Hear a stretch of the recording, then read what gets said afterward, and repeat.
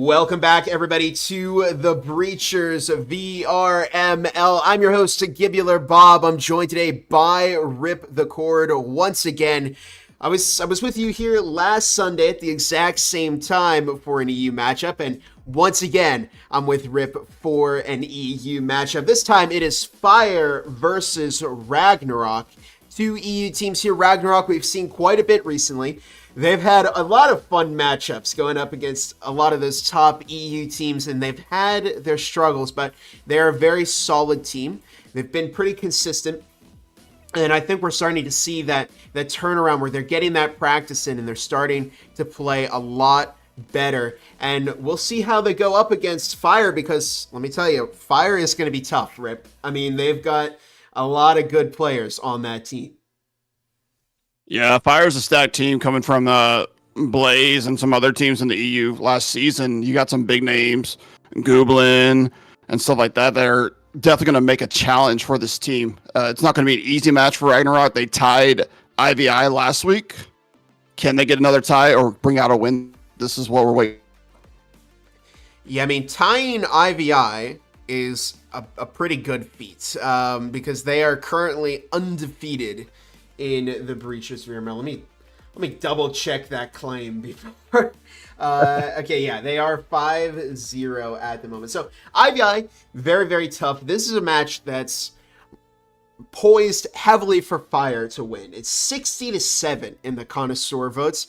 Personally, I like to see the connoisseurs be wrong. I've gone over this. It's kind of a guilty pleasure of mine to see the connoisseur score drop and people's days ruined because they voted wrong. But that's neither here nor there. Let's take a look at some of that matchup data while we wait for the teams here. FYR again is 0-0. No data yet because this is going to be their very first matchup for the VRML. They've been on cooldown for the past 2 weeks, which is why you haven't seen them.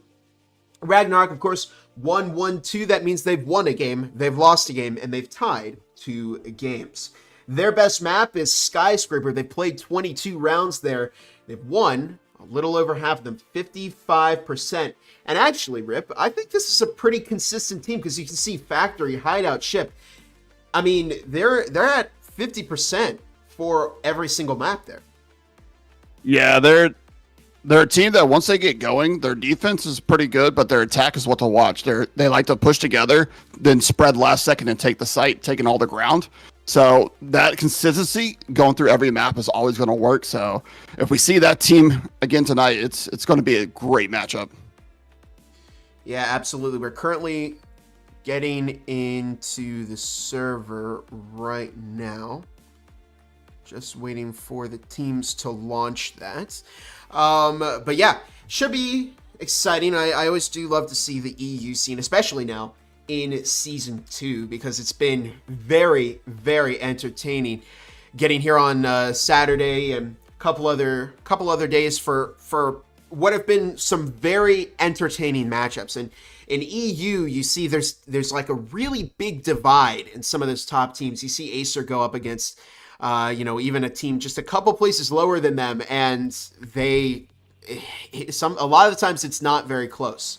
And you only see it close when they go up against, another top team like Aspect or Eternity. So it will be, the EU, I feel like a lot of the games are a lot closer here. And that's something I really enjoy watching over here in EU, and I think today will be no different. We'll see if Ragnarok can pull out a win against FYR, but currently, yeah, still waiting on the lobby to launch. But big shout out to everybody in the chat right now. VR Zaida, how's it going? Llama DK, Makimo, Tello, Volley, Aiden, David. Good to see everybody one time. Hopefully I didn't miss anyone. Of course, if you do enjoy the stream here, do make sure to leave a like, to subscribe so you never miss one of these fun little casts that we're doing. Still waiting on the server to drop. Okay. Let me message the teams here.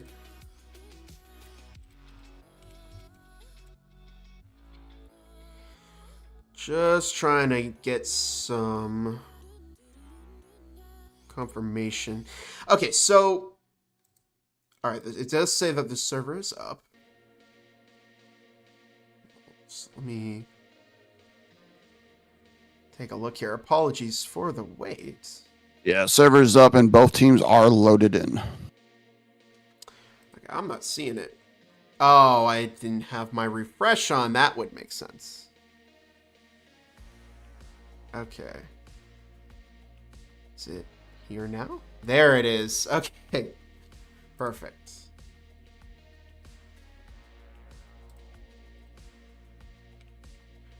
All right. Okay, so loading into the lobby real quick. I think they've probably already picked out the map. First map is going to be Hideout. So again, we don't have any data to go off of for FYR. There we go. Just give the teams the go-ahead to start because we've kind of gone over all of the pre-coverage that we need to. But if the first map is going to be Hideout, I mean, we already know how Ragnarok have done there. They've won 50% of their rounds. We'll see how FYR goes, as it looks like the teams are getting ready to start. And we're going to bring it over to our first map, which is Hideout.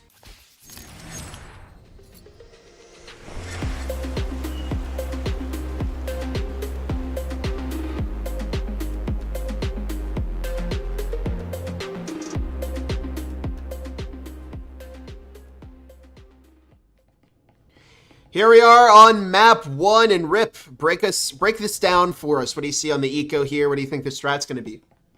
The Ragnarok side is the same thing we saw last time. He's one by on the Taurus, a bunch of Spectrals coming in. On the Fire side, seen a little bit different, going from the early drones, early utility, Spectral and a couple Cyclones there. We haven't seen Cyclones very much since Season 1 when they kind of turned them down with one of the patches. So Cyclone, much fire rate, but less damage. You can get the shots in fast, though. I believe it's 4 shots in the head can get someone killed, and those can be really quick shots. Yeah, absolutely. It's definitely a different play style compared to that Spectral. Goblin actually picking up some damage, and here we go, starting things off on map number 1. Mr. Tabs watching that gym breach. Monkey Josh upstairs, currently over by the kitchen, is Goblin and Dirt Kid making their way into Garage. They're droning out, looking for that roamer. 2 minutes 40, as it looks like we might see a storage play by FYR. They're on the move, getting ready to attack this Ragnarok defense. Scottish Ripper making their way into storage now, looking for Void, who makes entry. Some gunfire exchange between the two, but Void on the receiving end of the Taurus of Scottish Ripper. There goes the storage hatch, and there goes the frag as Scottish Ripper caught out by Void, but does take out Mr. Tabs before going down. It's now just a 4 versus 4 with 2 minutes 10 seconds left on the clock, and here comes the drop as Void will take out Monkey Josh. Swallow taking out FNCS Dirt Kid, and there's now 2 minutes, and it's a 3 versus 3. As Rise making their way into the gym. FYR with a decent start here. However, both teams have lost 2 players, but we do see Casey on the flank, may drop onto Void there. However, the EMP is planted by FYR. Void looking to rotate out. The job is now going to be a lot more difficult for Ragnarok, because they did get the EMP planted over on FYR. So now all they really need to do is play safe, but Casey coming out of nowhere with the blind fire, taking out Goblin, as TJ Clark finds Rise, and Casey takes out Void to give round 1 to Ragnarok. Yeah, Ragnarok showing their experience here, learning the maps as a newer team. Great setup on the defense. We saw FYR going for one of the default plays that we saw a lot last year, get that hatch blown, trying to cover those angles and make a fast drop to get in there, spread out, and take their positions and get the bomb planted. What we usually see is a variation of this, though, where teams will blow both hatches. It gives you a little bit more angles, and teams have to worry about where you're going to drop from. So maybe seeing both hatches blown there might have given them a little bit more advantage. Casey doing a great job, though, casing out the joint and being able to work their way around the team, getting those final kills to win the round for Ragnarok. So far, great matchup. Fire, a little bit old school here. You can tell that they've played before, recognize names like Rise, Gooblin, Mr. Tabs, and Void. So they have the experience. We just got to make sure that they know the new way that people play, and Ragnarok's going to show them that.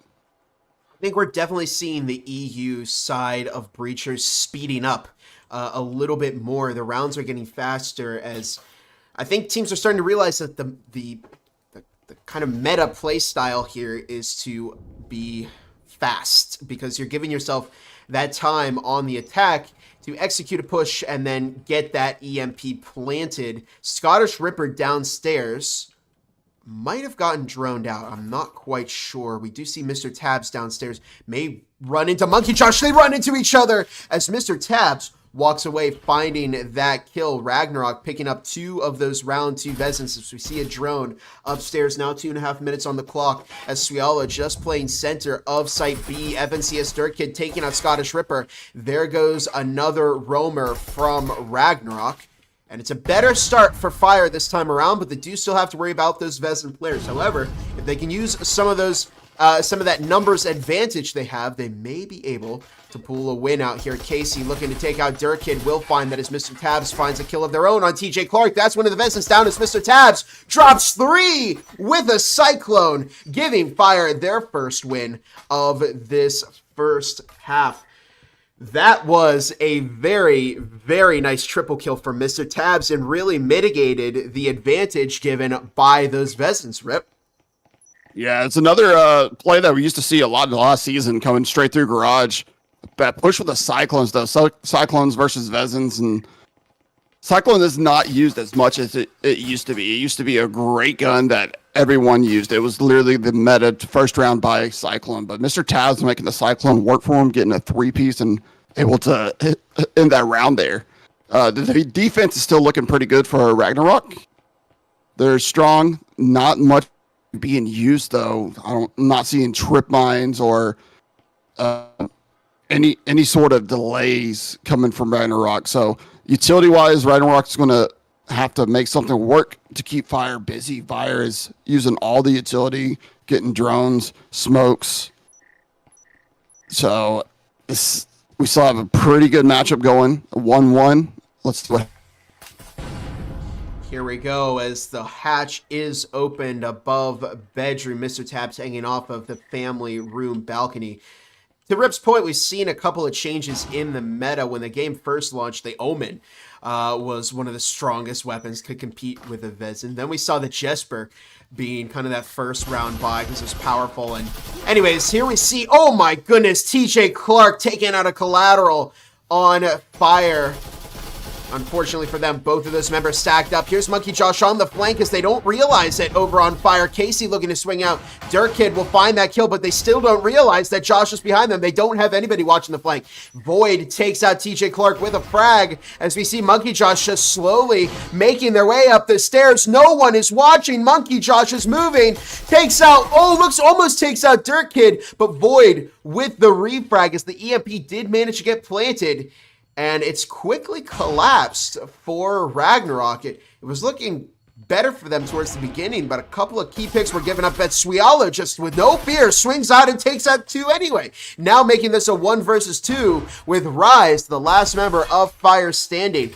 There is a Taurus up. Oh, now Scottish Ripper taking a Vezin for Fire as we see that EMP starting to defuse. Oh, Rise finds one on a Scottish Ripper, and it's now just down to Swiala. Pros don't fake, but Rise takes out Swiala as the EMP was in danger of defusing. And Rip, Rise played that beautifully. Yeah, I'm thinking we're seeing Fire starting to warm up here. They came in, got the bomb planted, held it perfectly. Ragnarok set up. Oh, I've seen this plant before. You see him trying to get up to the window, ready for that peek, and he's able to bait out that peek, get the kill, and kill the guy trying to defuse. Great job on that one, Fire. Fire's using a lot of utility. Like I said last round, the utility's going out pretty strong. Grenades, smokes, and that is allowing them to get positioning, grab those angles. We're seeing Ragnarok trying to move around, though, get new angles, play with the Knut, get close but just did not work out that round for them. Fire taking that final round. We're up 2-1. Fire in the lead. We've seen some good swings from both teams, but yeah, I'm liking the utility from Fire a little bit more than Ragnarok. I mean, we've talked about this quite frequently here on the channel, Rip, just how important it is to purchase that utility and how much of an impact it can really make on a round. I know I was talking to, I think maybe it was iBlame, captain of Aspect, who I think said they would rather have the extra utility over a better gun. Gublin taking out Suyalo. Maybe it was somebody else, but I think it was iBlame. Anyways, we see a push coming in from Fire as they are on the move quite fast. They opened up the round with a kill on to Suyalo as two more come Fire's way, only being traded by FNCS Dirt Kid, who was picked up by Scottish Ripper. Casey, however, taking out one with the Canuck, looking to push out TJ Clark, finding Mr. Tabs as it's now down to a 2 versus 1, and TJ Clark burns to death in the fire. Oh no, but not before taking out Gublin in what is now a 3-1 game. These are some fast rounds that we're seeing here, Rip. Yeah, like you said earlier, we're seeing a lot of the NA gameplay coming over to the EU now, which is making faster gameplay, and hopefully it won't be as big a difference here, but in the NA, you see a big difference between the master level teams and the teams that are right under them. EU so far has been very close together, so the impact of the NA strats could separate EU teams, and we might see some greater gameplay and firefights coming from that. But again, Fire really good with these utilities. Tabs getting a grenade kill on Monkey Josh right there right off the bat. Casey trying to make the Canut work, just only able to get one kill. Fire doing an excellent job of making sure they're trading out those shots and not letting more than one person die to a single body, which in a numbers game, that's the best thing you can do. This game is about working together, holding your angles and your numbers. The utility makes a huge difference, though. A lot of droning going out, which I'm not seeing a drone purchased. Oh, never mind. It's on Rise this round. So here we go. Yeah, starting things off with a breach onto the bedroom hatch once again. Fire may try that Site A push that they did last time. They'll have to be careful because last time they had somebody on the flank that nearly cost them the round. Casey looking to take out that drone as Ragnarok suffering a little bit on the eco, only able to field 3 Vesens this round. Again, we're not seeing too much utility, which may come back to haunt them later on. Here comes a frag way into the back of Site A. That would have been good if somebody was back there, but fortunately for Ragnarok, they didn't have anybody. Casey, however, going down to Mr. Tabs as we see a much better executed Site A push. TJ Clark walking again into the fire. Oh, and another S-tier frag. But TJ Clark does take out 2 before going down to Void. It's now just down to Suyalo over in Site A playing center. Scottish Ripper on the flank as Fire once again suffering from that same roamer problem. Monkey Josh picking up the kill on Gublin as Rise is not going to pull it off once again. That went a lot more in favor of Ragnarok, Rip. Yeah, Ragnarok making sure they didn't fall to the same trick twice there. They were able to get the roamer in a little bit earlier and catch everyone off guard, watching that window, covering that window to make sure that the diffuser was safe while he was trying to defuse the bomb. Also, we saw a lot of great grenades coming out here. Fire's doing an excellent job of pushing these grenades to these pre-fire spots where they're likely to get shot from and making Ragnarok rotate around that so they don't die. Utility's still kind of lacking for the Ragnarok team, but as we see here, they're starting to buy a lot more utility right now. You got smokes and syringes. So we might see a little bit different gameplay here for them. Door block coming out with Fire. We are still seeing a lot of utilities, which I'm loving seeing. Frag grenades, incendiary grenades. Got the drone. Droning is a great device in this game. Try to get you that early intel. Push your team in. Let them push with the drone. Use the drone either as a distraction or just to get as much intel as you possibly can about gadgets and the placement of the other team. Fire's had a pretty good offense so far. The best case scenario right now is to go 4-2 into their defensive half.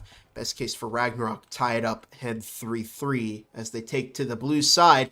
Mr. Tabs looking to check that door as it looks like Fire once again getting ready to move into garage, but an S-tier frag from Mr. Tabs takes out Scottish Ripper. Monkey Josh taking out Mr. Tabs with a trip mine, however, is Fire on the move into garage. 2.5 minutes on the clock. Again, they're very, very aggressive on this offense, making sure they're not wasting any time playing too slow and giving themselves plenty of time to execute their pushes. Dirt Kid being dropped by Monkey Josh as Ragnarok have really improved their positioning. They've got 2 statics placed, one over by the garage wall, one over by laundry, so they're anticipating this push from Fire. They found some very, very nice picks as Monkey Josh just taking to the corner of Site B. Casey by Pantry, TJ Clark in Pantry, and Suyalo up on the counter as Rise is now over in the laundry hallway. Void tossing some items their way. We'll see how Fire attacks this site. Rise moving over to laundry right now with that breaching foam. It's a 2-prong. There's 1, there's 2 walls. Monkey Josh picking up some damage from that frag grenade. There's only 1.5 minutes on the clock. Incendiary tossed as Ragnarok's goal is just to stall for as much time as they can. Monkey Josh picking off Gooblin, looking to push, but Rise finds that instead. However, if we're on the trading game, it looks more favorable for Ragnarok as they do have the numbers advantage currently. There's only 1 minute left on the clock right now. Casey over by Pantry. Void, of course, in the doorway in the laundry hallway. We're at a bit of a stalemate here with less than 1 minute on the clock. It's just down to Void and Rise. No point in saving here because all of that equipment is going to go away at the start of the next round. So we'll see what they decide to do. They're going to have to push in, but those static field emitters are creating problems for them. They were able to take out one. Void looking to move in as Suyalo now pushing up. Oh, walking right into the line of fire of Void, but will manage to get out of that before going down. Now 30 seconds on the clock. Fire is going to have to make a move here if they want this round under control. Void looking to get that EMP planted. It's not quite finished yet. They only have 20 seconds to finish that planting timer as TJ Clark finds what will go down to Rise. Good refrag from Fire. And it's now just down to Rise to 1 versus 2. This Suyalo in the back as there's only 5 seconds left on the clock. Rise is going to have to make a move. Finds one onto Casey, but Suyalo managing to get that kill onto Rise as we see Ragnarok tie it up heading into the second half. That was a very, very nice round. Yeah, for the new people watching, we're about to go into a new round. Eco is reset for both teams. We'll be starting from a pistol round just like we did at the beginning, side swap. That round, we saw Ragnarok using that utility well, and it controlled the pace of the game. Fire had to slow down a lot more. They weren't able to rush in and take as much ground as they originally had been because of well-placed statics, trip mines, and the noisemakers. But we're going to see Ragnarok attacking now, which last time they were a strong attack team when we watched them versus IVI was just a little bit stronger on their defense. So we'll have to see how FYR Fire can set up their defensive plays and if they can catch them off guard with new angles or hold the same angles really strong and get those pre-fires. We'll see how both teams decide to play this now that they've gone to their different half than when they started. I did have the teams flipped at the top of the screen. That's been fixed now. Thanks to Rip for pointing that out for me, but we look good to go. There goes a breach into into Jim as Monkey Josh opening up the round with a kill onto Dirt Kid. Fire finding themselves one player down very early into the round, not even half a minute. Mr. Tabs upstairs heading over to laundry. The window is open, and I think if Mr. Tabs decides to peek that, it won't end well at all. But no, Mr. Tabs finds Monkey Josh. TJ Clark looking for a refrag as Suyalo looking to cut off Mr. Tabs. May find a kill. No, Mr. Tabs not going down yet. Scottish Ripper finds Void as Mr. Tabs taking to the boxes. This is going to cause problems for Ragnarok, but Gooblin taking out Scottish Ripper. as Fire have brought it back here on their first round in the defensive half. However, Mr. Tab picking up some damage. It's a 3 versus 3. Gooblin now going down to TJ Clark. And Ragnarok are doing a good job of not giving off any unnecessary 1 versus 1s. Casey taking out Mr. Tabs. This could be a Ragnarok lead if they win this round. Swallow getting caught by Rise, who's looking over to the fort. TJ Clark also tucking in that corner as Casey now over in the breach, and Rise may swing into their doom here as TJ Clark was tucking and finds the kill on a Rise in what was a very, again, very well executed round from Ragnarok. They had some moments there on Fire where they picked off some of those Ragnarok players, but ultimately I think it was much better executed, much better execution, I should say, from Ragnarok. Rip. Yeah, Fire. We're still seeing Fire grabbing a lot of utility from the start, which I love to see. I will preach all day long. Utility makes this game, but Ragnarok doing a great job there of getting crossfires and not putting themselves in 1v2 situations. When they swing, they try to swing a 1v1s or make it a 2v1 for their side and grabbing the advantage. This is what makes them a strong attacking team. We also saw great setup with the plant angles, being able to hold into the corner and just wait for them to slowly push. That takes a lot of patience not to want to swing out and try to steal that kill real quick.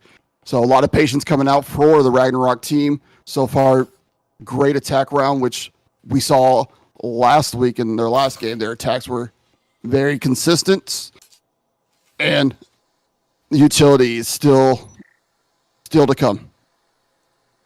Here comes a drone moving into the foyer. Might have spotted Void. I don't know if it spotted Gooblin or not. 2 minutes 45 seconds left on the clock as Ragnarok making their way around foyer, this time over to the living room. Interesting.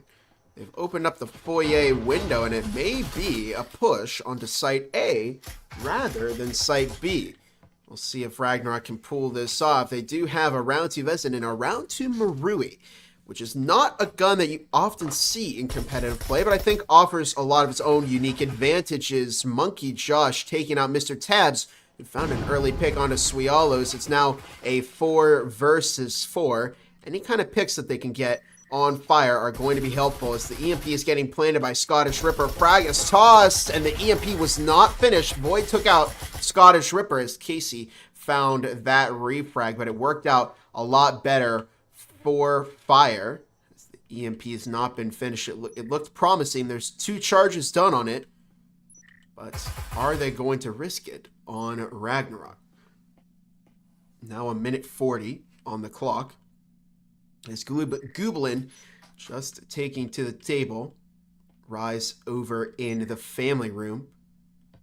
Only a minute and a half left on the clock. Still time for Ragnarok to make a move here, but the moment they try something... Oh yeah, Casey is just overwhelmed by Gooblin and FNCS, but both of them do go down to Monkey Josh, who's just been sitting on the flank with that Marie, putting in a massive amount of work, and Monkey Josh taking out Rise as well. And it's now a 3-5 game rip. If Ragnarok wins one more, it's going to be match point for them. Yes, this will take them to match point if they are able to take this round. The team is looking strong right now, holding great angles as they pushed into sight.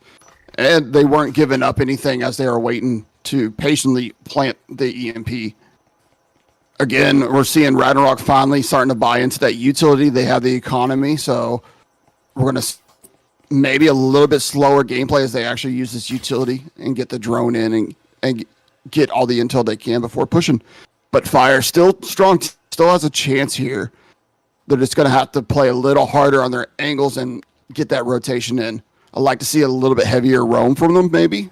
That might catch the Ragnarok team off guard, but other than that, this has been a good matchup, and it should continue.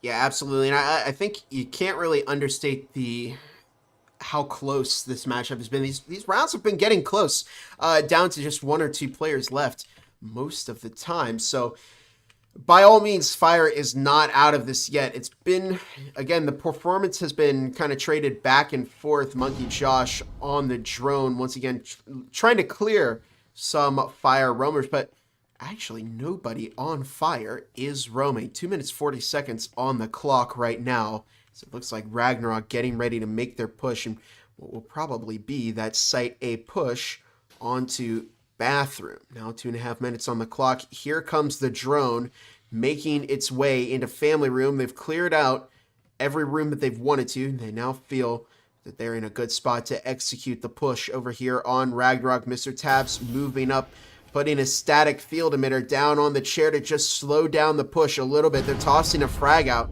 trying to deter Ragnarok as much as possible. I think it's an early frag to throw.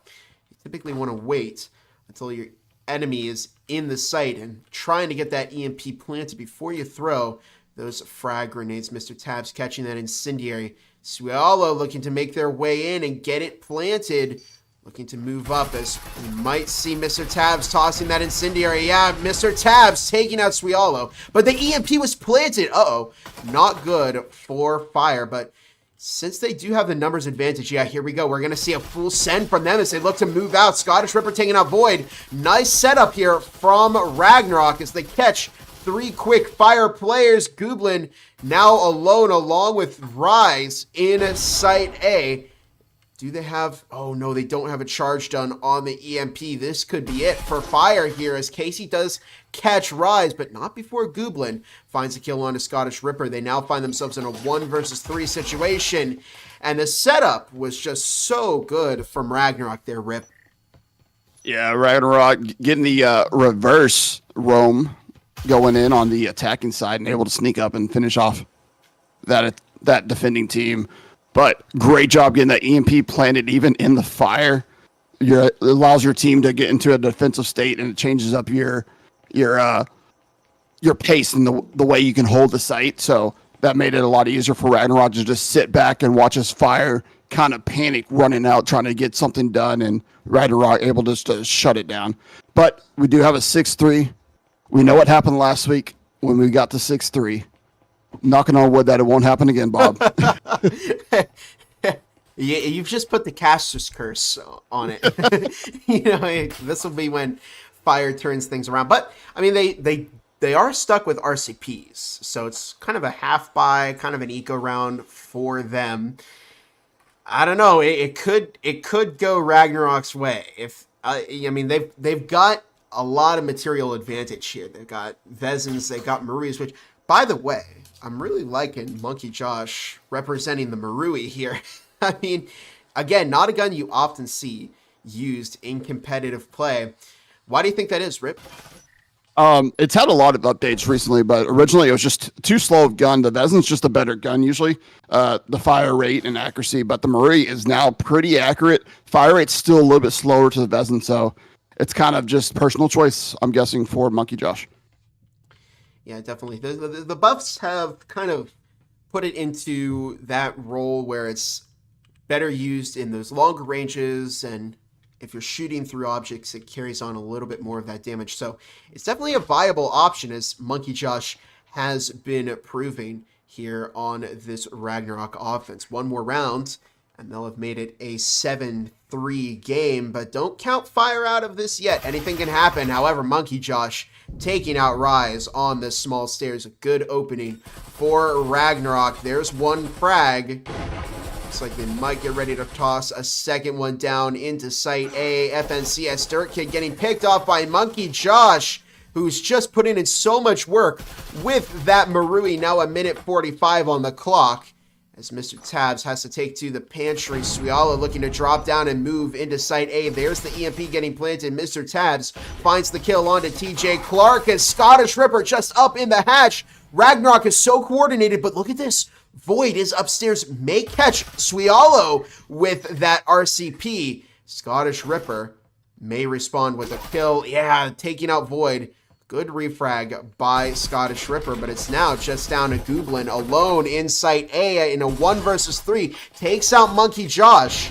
Has 2 left to clutch it up, looking for some damage and find some on both of those Ragnarok players. But the EMP is in danger of going off. Remember, Gooblin is going to have to kill both of them and then defuse the EMP. They might not have enough time, and Casey swinging out to find the kill onto Gooblin, giving map 1 to Ragnarok. Yeah, we see Ragnarok taking early ground that round as they spread and took in the front little family room, pushing in, holding upstairs, making sure they're not being pushed by the roamer, getting that breach, allowing them on site, and then they are just playing strong together again, trying to make sure there's not that many disadvantages for them when they go to push, winning 2v1s instead of 1v2s. Great job on the Ragnarok team there, being able to hold out and take the first map win 7-3. Yeah, I got to say, what I really, really liked from Ragnarok there was the coordination, especially as they got onto the offensive half. They were always making sure their players were covered by somebody else. I mean, you saw Monkey Josh rotating around, taking out an early player from Fire, and they just put in so much work when they were on the offense there. You saw somebody push into Site A, and then they got caught by Scottish Ripper, who was just up in the hatch, and it was a very, very well set up offense from Ragnarok, and it overall lent them that first map. So now that we have finished map 1, I believe, okay, it should be Fire, I think, was the home team for this matchup. Let me check. It was Fire. They are home. So, Rip, if you're Ragnarok, where are you going here for map 2? Ragnarok. There's us. I mean, all their maps, as we pointed out last time, is pretty good, but right. Factory, I think, is still one of their strongest maps. So I'm thinking they'll go Factory, either Factory or maybe Arctic, which Arctic, newer map for the new people watching. Beautiful map, plays really well. You got close and long range combat, same as Factory. So those maps are pretty similar to range, and I think that's the range that they like to play in. We're seeing some subs coming in for the Fire team and Ragnarok. Oh, no, not Ragnarok, just Fire. Fire's subbing some players out right now, so it'll be just a moment from them. Yeah, Fire currently Rise, Gublin, Makimo, Mr. Tab still waiting on their 5th player, as Ragnarok, TJ Clark, Scottish Ripper, Monkey Josh, Casey, and Suella is sticking, of course, with their original roster from map 1, as Rip pointed out. Map 2 is going to be Skyscraper, Rip. Interesting. Yeah, that is Ragnarok's best performing map in terms of round wins. They played 22 rounds there. They won 55% of those rounds, so it's not their most played map. That would be Factory. But of course, as Rip pointed out, they've got good percentages on every single map. So if they're going to be starting off here on the defense, I mean, let me get your opinion on this, Rip, because I was just asked this by Hertaj, so I'm going to put you on the spot here. Do you think that Skyscraper is a defender-sided map? Like I said all the time, the map is made by the team. So anyone can make it a defense or a attacker-sided map, but Skyscraper defaultly, I believe, would be more of a defensive map because you're able to hold angles and wait for the team to push in. But we have seen a lot of aggressive attackers come out of the play, like we saw Acer last season that just made Skyscraper a whole new playing field. So Ragnarok is one of those teams that could have that fast play. So if they can get enough rounds on the defense, I think we'll see them taking the attack rounds as well. And without further ado, let's get into map number 2, which is going to be Skyscraper.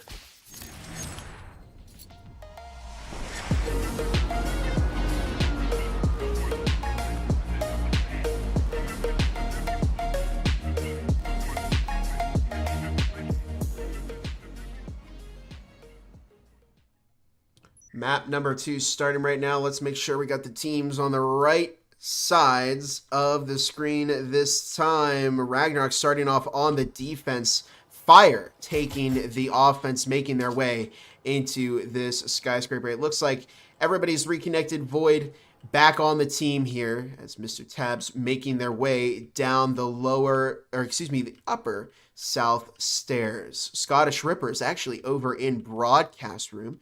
We see Monkey Josh over in mixing. So this is a unique setup here, or one that you don't often see from teams in the Breachers VRML, where they stick with 2 roamers instead of the traditional 1. Mr. Tabs taking out Scottish Ripper. Gublin moving over to the green room hallway along with Makamo, who's just entered the hallway. There's a breaching foam tossed. Frag tossed by Monkey Josh at the end of the hallway. Remember that if Ragnarok wins this map, they'll win the whole thing. We see the wall open up into green room, and here comes the push. 2 quick kills from Ragnarok as Goblin responds with a kill, 2 kills of their own, looking for a third, but Casey there on the refrag, however, is left on 1 health, as it's now just down to Makamo and Rise with 1:50 left on the clock. Good start from both teams. But right now, Ragnarok, it's looking a little bit sketchier for them. If Casey moves, I think Makamo is going to find that kill. Casey is stuck on 1 health. Monkey Josh over in site B as Rise is on the flank.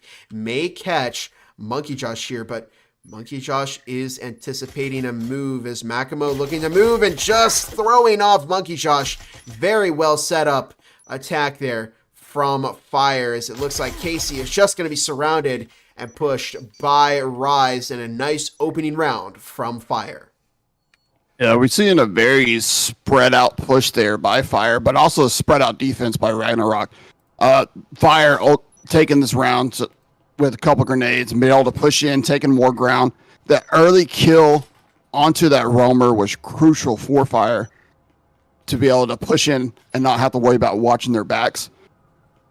Ragnarok's got a hard defense coming with Fire the way they're playing right now. We're going to see a lot more utility coming in right now out of the Fire team as well. Ragnarok's still kind of low in the economy, so they're not buying into those trip mines and smoke grenades yet to help them slow down the pushes. We do see the connect coming out of Casey. We know that he could be dangerous with that if he gets in the right spot, but the Vezins coming in on the Fire side could take care of him very quickly if he's not holding the right angles. We'll see what Ragnarok decides to do to respond to this very well-equipped Fire offense. They purchased 4 round 2 Vezins, so they are heavily investing. Of course, they do have to be careful, because if they lose even one of those Vezins, it could put Ragnarok in a very advantageous position. Ragnarok, of course, sticking closer to their sites this time. Their roamers, they've tried that 2 roamer strategy, but it didn't work way too well on Hideout. I don't recall, but we do see 2.5 minutes on the clock as Void and Makamo making their way down the upper south stairs. The sites, of course, are mixing and broadcast, as it looks like Fire wasting no time with their push. There's the breaching foam onto the server wall, and here comes the breach. Casey just tucking inside with that Canut as Mr. Tabs finds TJ Clark. Casey dropping Void, dropping Mr. Tabs, looking for a possible third, finds a possible third, finds a fourth! Casey, oh my goodness! Casey dropping 4 of those Fire players. It's now just down to Rise in a 1 versus 2. Oh my goodness, Rise is now just down to 1 health, and it's down to Sviello and Scottish Ripper. Scottish Ripper finds Rise! Oh my goodness, Rip, that's disastrous for Fire. Yeah, Fire having a really strong push there, getting early, trying to get into the B, but Casey just ultimately set up right for that push and making short work of them with 4 kills with the Canut. This is something we've been seeing a lot more this season, players taking the shotgun into new angles and being able to push out and make some pretty famous plays now. Fire, what do you do after that? You got to step back, you got to reset a little bit, and now you got to know that Casey's probably going to go for that again, and they're going to have to cover those angles. This is going to mess with the Fire team just a little bit, but I think they're a strong enough team to not let that take them down completely. Ragnarok, though, making great effort. Vezins finally start to get the util play, and you have Fire on pretty much an eco round with 1 Vezin and the rest pistols. Yeah, and it's tough because this is typically that round when both teams get those rifles for the first time. Fire, they spent so much, but they weren't able to get a return on any of it. I mean, they did get a couple of kills, but of course Ragnarok was ecoing last round. So, I mean, it's been a great performance by Ragnarok on the last round, and we'll see how Fire attacks it now that they only have 1 Vezin up. They spent big and they took a big risk It did not pay off, but now it's all about how do you capitalize off of that? How do you kind of bring yourself back into a more competitive range now that you've lost that money? And we'll see how they do that in the coming rounds. Mr. Tabs just jiggle peeking the vent right now as there's 2 minutes 15 on the clock. They now find themselves on an eco round of their own. Frag toss back. Good movement from Monkey Josh there. Managed to get away from that frag. Now 2 minutes. This is a two-prong onto the B2 lounge. Now 2 minutes on the clock. Of course, plenty of time for Fire to make a move. Swallow taking out Makamo as Void keeping their eye on that breach. Casey watching the vent. It's a good setup here from Ragnarok, and also a good setup from Fire. They've got their angles covered. They just need maybe a pick or two before they can try and push in there. So it's all going to come down to how Rise plays. Now just a minute and a half on the clock is, oh no, Casey. They were going to toss a frag over to Casey, but it's just in a really bad spot. Not going to be able to make that work. Void catching a bit of damage onto Monkey Josh, but picking up quite a bit of their own as we see them now on 10 health. There's now a minute 15 on the clock. EMP is tossed over to Rise as Swiala takes out Goblin. It's now a 3 versus 5. They need more and more picks with every player they lose. Rise is able to take out Monkey Josh. It's now a 4 versus 3. Can Rise find another good headshot placement? We'll see. Void now making their way outside of the B2 lounge. Pops open the window. Casey is waiting just inside as Void trying their luck. May go down to Casey here if they're not careful. Oh, Casey just a little bit slow on the trigger finger. Void now checking the windows. There's only half a minute on the clock. And Fire not leaving themselves a lot of time to push in here. Rise looking to make their way into Site B. Does take out Swialo. Here comes Void as Casey tucking. May swing out. Will swing out as TJ Clark finds the kill onto Void. It's now a 2 versus 2. 1 versus 2 as Mr. Tabs finds Casey. Looks to get that Vezin. Will recover it. TJ Clark, however, finds the kill onto Mr. Tabs as Ragnarok picking up their second round of this first half. As TJ Clark gets the defuse here, winning the round again for Ragnarok. We see Fire making great effort there, getting a 2-point attack, able to open up both walls, open up those angles, and trying to get more coverage on the site to be able to get those early picks. Just did not work out. Ragnarok showing their map knowledge and were set up exactly for that. Once those walls breached, they were able to spread out and hold those angles. Only thing I would have done different there with Ragnarok maybe is send out my roamer a little bit, because a roamer could have ended that round a lot quicker pushing behind them, as Fire did not be watching their flank at all.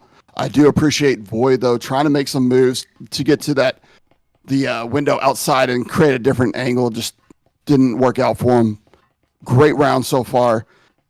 We're seeing the utilities coming back out for both teams now. Got Vezins on both sides. This is going to be one of the good rounds where we're going to see a lot of firefights and holding their angles. Early drone can make a huge difference from Rise here. Those grenades have been placed perfectly by both teams so far. Not always getting a kill, but they are able to push someone out of a rotation that they didn't want to have to fight, which is a great use of utility in general. Defender's going to put down a lot of utility, though, and hopefully slow down the push coming from Fire this round. Here we go with a fresh 3 minutes on the clock. Ragnarok have had 2 very impressive rounds. Definitely agree with you. Yeah, they could have shut down that second round a lot faster if they did have a roamer, but I guess they're a little bit paranoid after round 1 didn't go too well when they had 2 people on the roam. I guess they're just not looking to give Fire any kind of 1 versus 1. But we'll see how they choose to attack now. There's 2 minutes 20 on the clock. And it looks like it might be a push through mixing room as there's 4 players stacking in there. Monkey Josh tossing a frag, but will be caught by Mr. Tabs.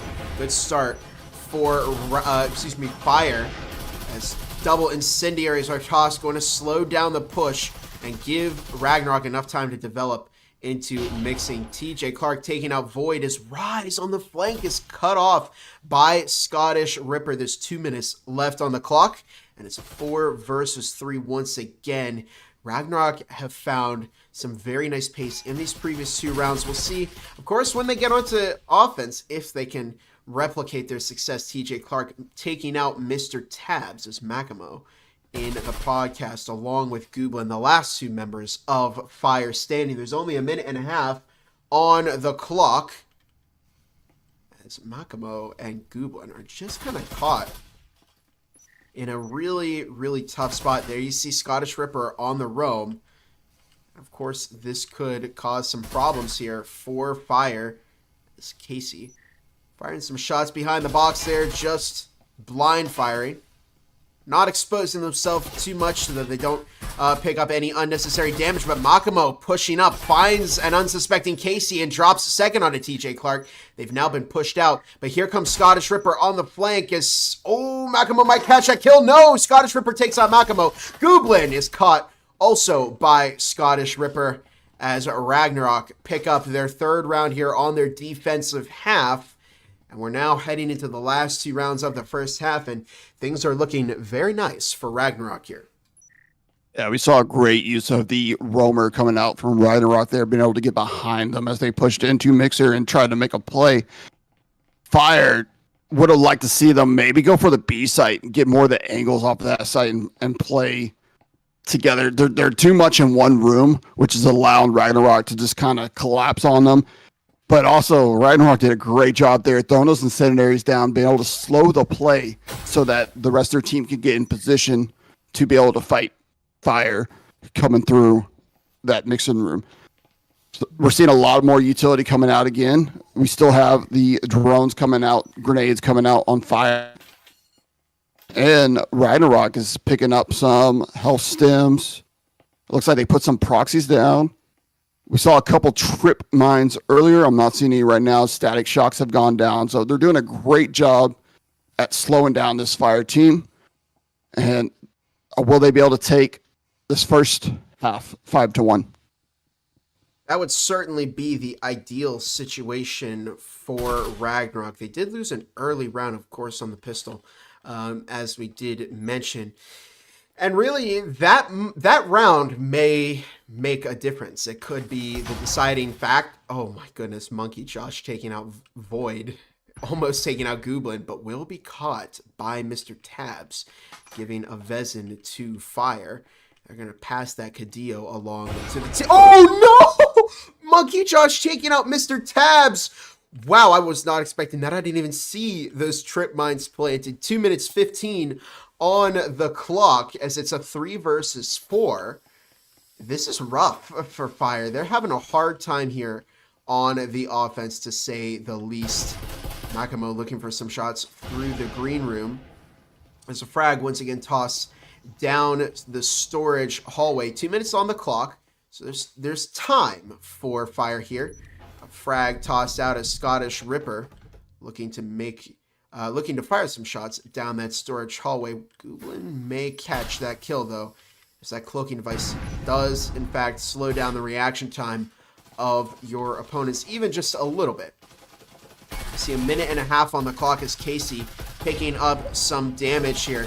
Ragnarok looking to fortify their green room setup as TJ Clark taking out Gooblin. Frag slightly catching some damage on them. Makamo taking out Casey's. It's now a 2 versus 3 in round number 5. Next round is going to be the halftime round as Swialo taking out Makamo. It's now just down to Rise, the last member of Fire standing with only a minute on the clock. Rise does have possession of the EMP, looking for TJ Clark, going for a little pre-fire, and will find a very, very nice headshot onto TJ Clark. It's now a 1 versus 2 Swialo on the box, playing center of green room right now as Rise looks to make their way out. 50 seconds left on the clock. Oh, interesting. This might be a salvage, possibly. Yeah, I believe it most likely will be a salvage here by Rise. Oh no, Rise is going for it. What? I'm with you, Rip. I thought this was going to be a salvage. They trying to keep the Vezin and the cloak and the heal into the next round, but Rise is going for it. This is so dangerous. This could be really, really bad for them. Rise is going for the EMP plant. Scottish Ripper looking to push up as Rise baits out that kill, and it's now just down to Swialo. Rise finds it, clutches it up for Fire to bring it 3-2 into the final round of the first half. And I gotta say, Rip, that was very, very well played. I was not expecting that kind of push. I thought it was going to be a save. Yeah, I thought Ragnarok had that round. I figured he would have to go for the save there and try to get that utility for next round. But I wonder what the communications there were, if they told Rise, hey, get back in there, you got this. But he definitely had it. So Fire's still doing an excellent job, though. They're spreading out a little bit more, trying to get those angles. But those early kills are crucial. When you die as an attacker, that defense knowledge of exactly where you're coming from, and they can get ready for that split. Also, that early trip mine kill on tabs, that Fire does not want to lose early because he can make a difference, which all the players can make a difference. So every death can cost your team. But Rye is doing an excellent job there, just showing some skill and being able to make a call that both the casters weren't prepared for. Welcome to the world of eating your words here in the Breaches VRML. I do that all the time. Make a call and then they just completely subvert what I just said. But very, very nice clutch there from Rise. And that goes to show, I mean, you don't always have to eco or salvage for a round or save. We are wrong here. And I think I tend to be on the conservative side of Breaches playing us. Keep as much of your value as you can, but sometimes it's important to go for those risks, and that is specifically why, because it's put Fire in a better position. They could potentially tie it up now in what would normally push him into a situation that would force him either to go 4-2 or 5-1. But anyway, here comes the play as Mr. Tabs catching an awful lot of fire damage. Casey once again, Casey with a frag grenade onto Mr. Tabs. Was once again, oh no, Casey's got the Knut. Not again. Not again. No, this already happened to Fire once. Swiala taking out Gooblin. Sure that they're going to be watching. Casey drops one. Looks for a second. But does get refragged by Void as Void drops another on TJ Clark with the frag grenade. Swialo in the back of Broadcast. As it's now a 2 versus 3. And little do they know, they are getting flanked currently by Monkey Josh, who may catch Makamo. If they're not paying attention, no, they're not paying attention, and it's now just down to Void, who's alone in server room, the last member of this Fire offense standing. They did get 2 offensive rounds, so this could come back to haunt Ragnarok later on. Monkey Josh tucking on the lower south stairs. May swing out and find a kill onto Void here. We'll see. Void looking to rotate. Oh, there's Monkey Josh just with the Viper and a beautiful tuck there.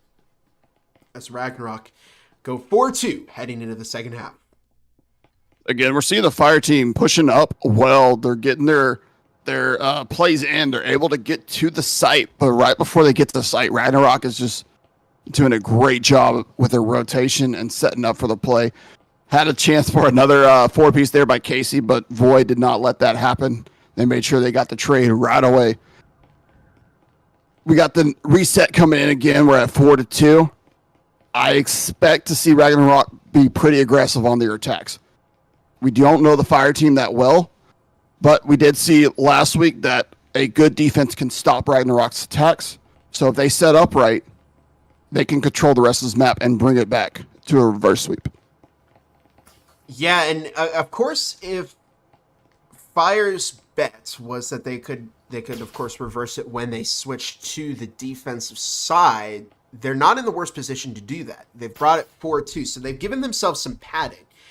Typically, if you are going to bet on that kind of strategy, you want to give yourselves at least 2 rounds to get some padding so that you can afford to lose a round and make some mistakes instead of having to play perfectly. Either way, we'll see how this goes. Mr. Tabs downstairs, the roamer for Fire, could do a lot of damage with that Cyclone.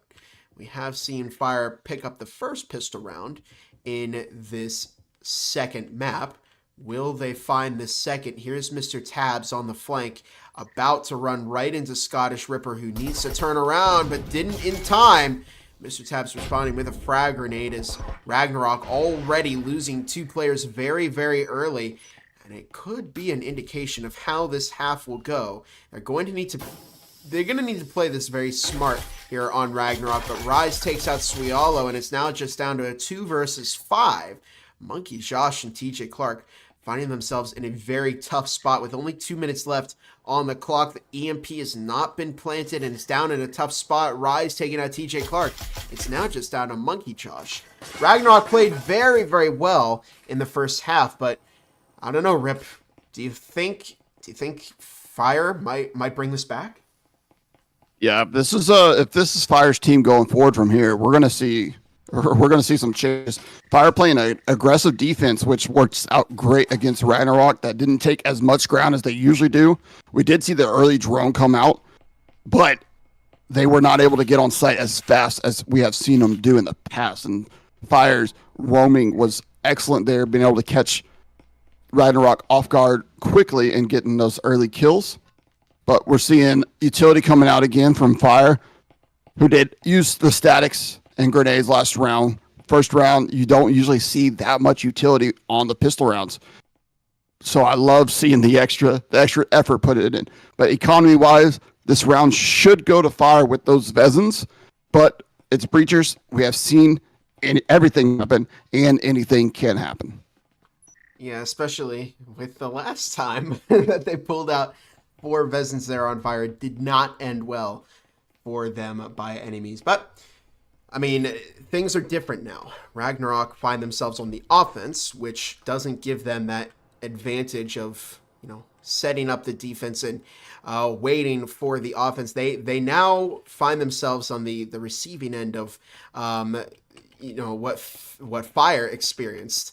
And they're going to have to be careful about how they play this, because I think it's probably going to be a lot harder to win an eco round now that they're on the offense as opposed to the defense. They also notice they don't have a Canut this time around. Casey doesn't have one. So they can't do what they did last time. But of course, as Rip said, anything can happen. 2 minutes 20 on the clock as Ragnarok making their way through lobby right now, just playing the quiet game. Both Void and Mr. Tabs waiting in the server room. And we'll see, are they going to get antsy over on Fire and make a move, or are they going to patiently wait for Ragnarok to walk right into their trap? We see them moving over to the upper south as Makimo has spotted somebody and found some damage onto Swialo. Mr. Tabs and Void may catch a lot of damage here. Void taking out Casey. Mr. Tabs finding some damage as a frag is tossed. Oh my goodness! A triple frag from Void ties up this game. Wow, that was a very, very fast round, Rip. Yeah, Fire's making this look easy on that round. Yeah. But Ragnarok doing what we used to see, and they're taking it a little slow, grabbing some more ground, kind of clearing out the area, making sure they're not being flanked. And that's probably due to being flanked in the last round. But Fire set up excellently. They're waiting for that vent push that we usually see the default play for the site. Mm-hmm. Doesn't come in, but they're also at the same time set up for that server push.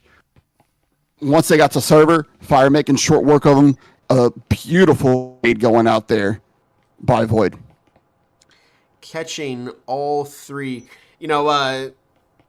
I've only ever once done this, but it was on Skyscraper. I threw a grenade up into the vent and I killed the entire team. And that's probably the crowning jewel on my Breacher's career. But, getting those triple frags is something you often don't see.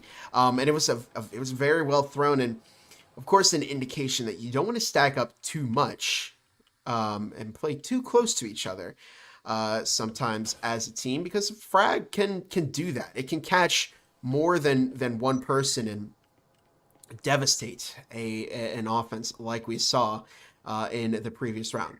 But in any case, Ragnarok now picking up 4 Vezins. This is their rifle round. They do have a cloaking device They did get a drone. They have breaching foam, but not way too much utility from them at the moment. We'll see how they attack this round as Void picking up some damage from Monkey Josh. Ragnarok, if they want to win this map, are going to need to find some pace very, very soon, as the sites, of course, are Storage and Green Room. Scottish Ripper waiting just outside of the Green Room hallway. 2 minutes on the clock now, as it looks like Mr. Tabs is going on flanking duty. Will they find some success here on the flank? We'll find out soon enough. Minute 45 on the clock, as both Goblin and Rise playing center in Green Room. Void in the storage hallway. Mr. Tabs again making their way through the lobby lounge. Now out into the lobby. TJ Clark finding Void, but they're going to have to pay attention to their flanker. They're going to be devastated by Mr. Tabs. A minute 25 on the clock. Oh, Monkey Josh is going to be the first victim here. Turned around just in time, but not before Mr. Tabs catches two, tossing a frag. But still, 2 picks completely shut down their hope of pushing in with the numbers advantage over on Ragnarok. So TJ Clark, Scottish Ripper, and Casey have their work cut out for them. However, good start for them as they take out one, but TJ Clark will be refragged by Rise as Rise gets refragged by Casey. And it's now just down to Makimo, who refrags Casey down to a 1 versus 1. Scottish Ripper taking out Makimo, tucking outside the window for a majority of the round, making their way in.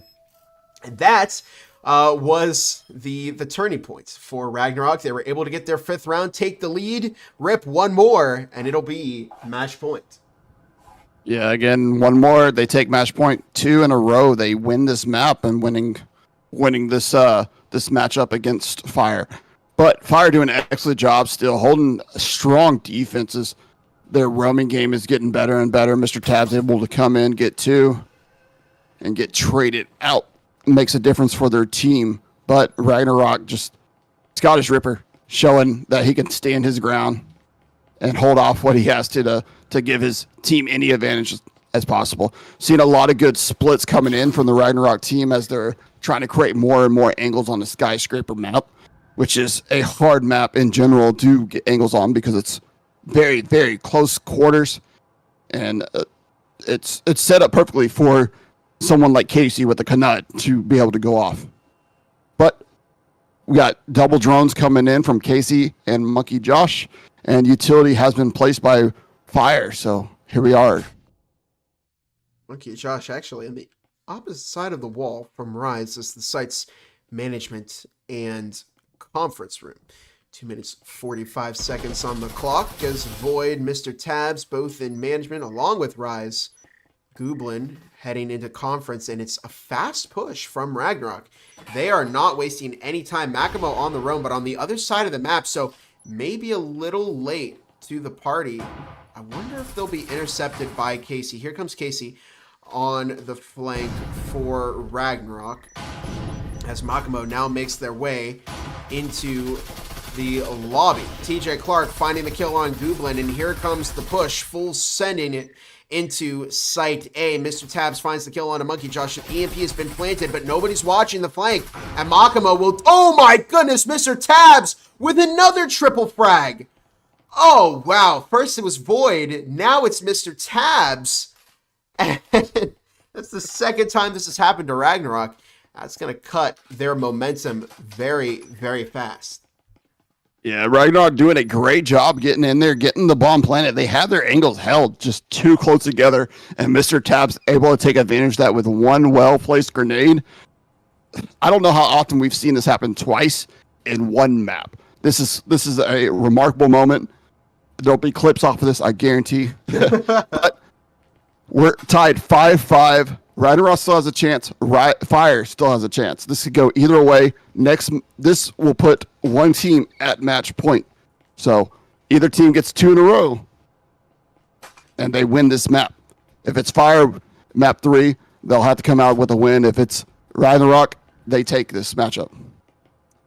If you're Ragnarok here, how do you approach this? This is going to be an important round for them, and they are only able to bring out 2 Vezins. What would you do? They're going to have to spread and conquer. They're going to have to fight these angles and try to get early picks and try to separate Fire. Because once Fire is rotating and pushing together, they're able to take out Ragnarok, especially right now. You see Fire has the better economy and utilities, where Ragnarok is barely able to buy any utilities at all besides a breaching foam. So you got to go for picks, but you have to take as much ground as possible while pushing the site. TJ Clark, Casey moving into the podcast room along with Swialo as there's the drone. It's going to be a tough round for Ragnarok here. Of course, like Rip said, get some of those early picks. If they can recover a Vezin to give one of their teammates that doesn't have one, then that could be a turning point for Ragnarok. It could be the catalyst for them winning this second map over Fire. But Fire's not going to be keen to let that happen. Mr. Tabs opening up the round with a kill onto Scottish Ripper.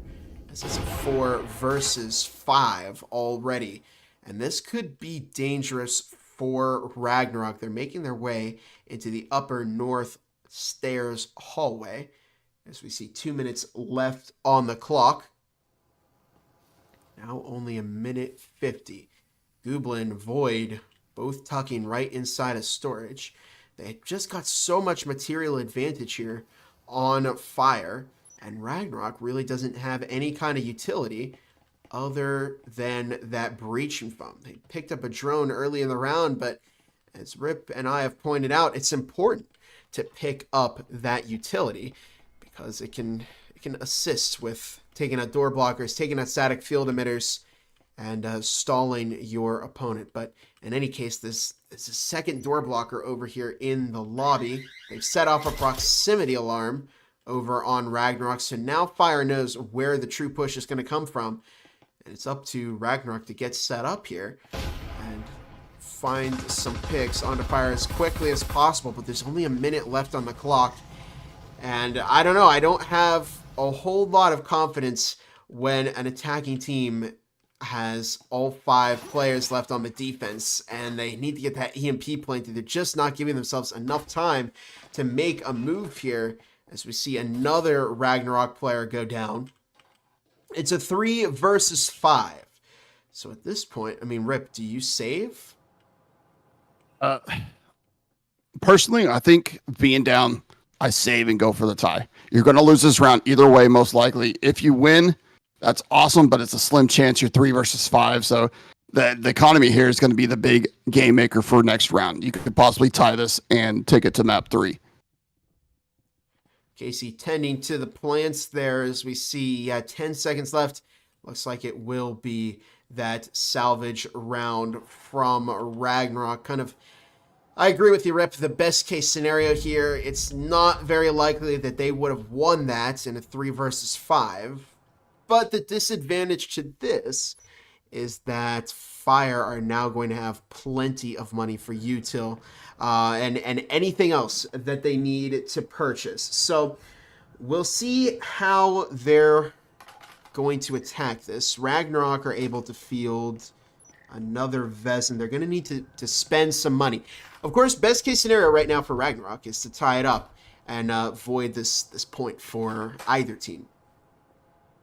Yeah, Fire's going to be going for the win here. They just need one more round to take it. Utilities and guns are on their side, but Ragnarok able to get it together by just enough Vezins. They're able to get some util going, so they do have a chance. You have one on a pistol, so it's going to be a tough. Oh, there you go, Vezins right there. Yep, they all have Vezins, so it's going to be a Vezin versus Vezin matchup here. Ragnarok has been doing good. Their pushes have slowed down a lot since the start of the map when they were lost to those roamers early on. We have seen Monkey Josh and some of the others going off on their own and trying to clear out roamer positions more than push the ground and take ground fast. So the gameplay has changed, but we have a chance for either team right now. Here comes a drone from Casey, and the last chance for Ragnarok to prevent Fire from bringing it back on the defense and getting a win over them. Of course, this is why it's important to go 4-2 into the second half because, I mean, Fire needed that extra round. and it's really contributed to their success. They're 6-5. They could get victory here. Of course, a loss would tie it up, and then nobody would get the points, and then that would mean that Ragnarok just need to get 6 points on the final map. So a lot is riding on the line here for Fire. It was definitely a much better start for Ragnarok, but it is quickly swinging back into Fire's favor. Frag grenade tossed down the hatch, catching some damage on the Void. Won't secure the kill, though. 2 minutes on the clock as Makimo upstairs in the green room making their way into Cubby and may do a lot of damage here to Ragnarok if they're not careful. We see Monkey Josh, Casey, TJ Clark, Suyalo all in storage. They may try a full send down the hatch into Site A, where actually nobody is right now. Oh my goodness, it is, and they're developing into the site, and there's nobody in Site A. What on earth? Suyalo looking to get the EMP planted as Gooblin finds the kill onto TJ Clark. And the pressure is now on as Mr. Tabs takes out Casey. Suyalo taking out Mr. Tabs. Dropping a second. Here comes Monkey Josh. Rise taking out what? Oh, it just came down to Rise as Suyalo burns to death in the incendiary grenade. And Rise is going to get that defuse off. Rip, that was a very, very nice round from Ragnarok. I mean, they pushed down that hatch. They kind of knew what they had to do, but I think in the end, it just came down to execution. Yeah, it was a great attempt there by Ragnarok. They were able to push 3-man in to the site right away. They were kind of slow on getting their positions and holding their angles. You saw Fire able to rotate really quickly, pushing that hallway and getting that first kill, allowing it to go down to 2 people on site. The delay push coming from Vent could have been crucial, though. If they would have waited just a couple seconds later, they might have caught more of the team off guard and made something out of it. But Fire showing that they're not new to the game. They have experience. And Ragnarok, though, new team, made a lot of big teams fight for their lives in VRML this season. Yeah, newer to VRML, but they have existed over in some other leagues as well. But yeah, I mean, I agree with you. They're making some of these bigger teams fight for it. They've gone up against a lot of really tough teams. So their record 1-1-2. I mean, that's because they've gone up against IVI. I think they got pitted against Nexus at one point. So I mean, they're battle hardened here. They've got experience now. They've gone up against some of the top teams in the EU, and we're seeing how much they've improved as a team and as individual players against Fire here. I mean, Fire is a good team. That's what they've proven here. They brought it back very, very well on map 2. I think to do that damage to get round 1. Or to get map 1 was really a big step up there for Ragnarok. So now it's all coming down to the third map. Who is going to pull ahead? Who is going to win this? I certainly hope we don't see a draw. I never like to see a draw between these teams, but we'll see how things go. It's looking like a timeout was called. It was called. So for the moment, we are going to take a small break, but don't go away. We'll be back in just a few.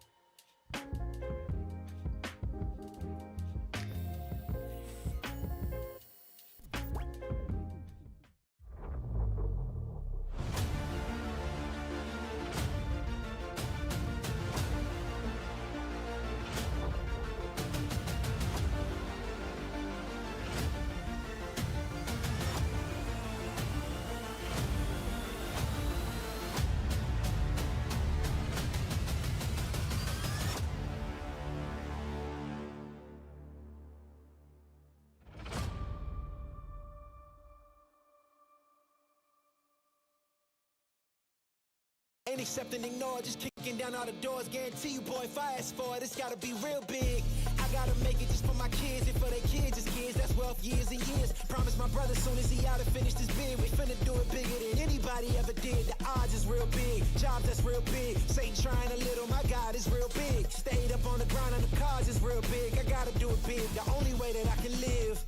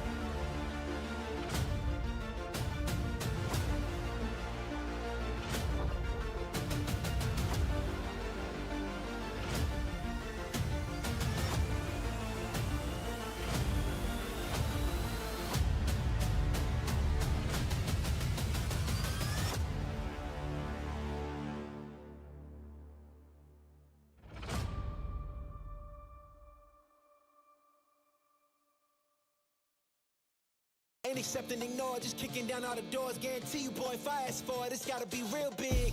I gotta make it just for my kids and for their kids, as kids. That's wealth, years and years. Promise my brother soon as he out and finish this bid, we finna do it bigger than anybody ever did. The odds is real big, jobs that's real big. Satan trying a little, my God is real big. Stayed up on the grind on the cars is real big. I gotta do it big, the only way that I can live.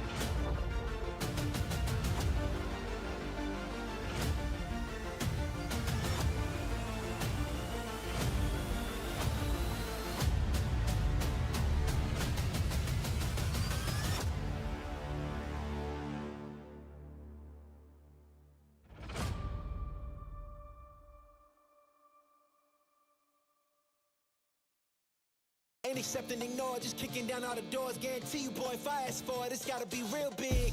I gotta make it just for my kids and for their kids, just kids. That's wealth years and years. Promise my brother soon as he out to finish this bid, we finna do it bigger than anybody ever did. The odds is real big, jobs that's real big. Satan trying a little, my God is real big. Stayed up on the grind on the cars is real big. I gotta do it big, the only way that I can live.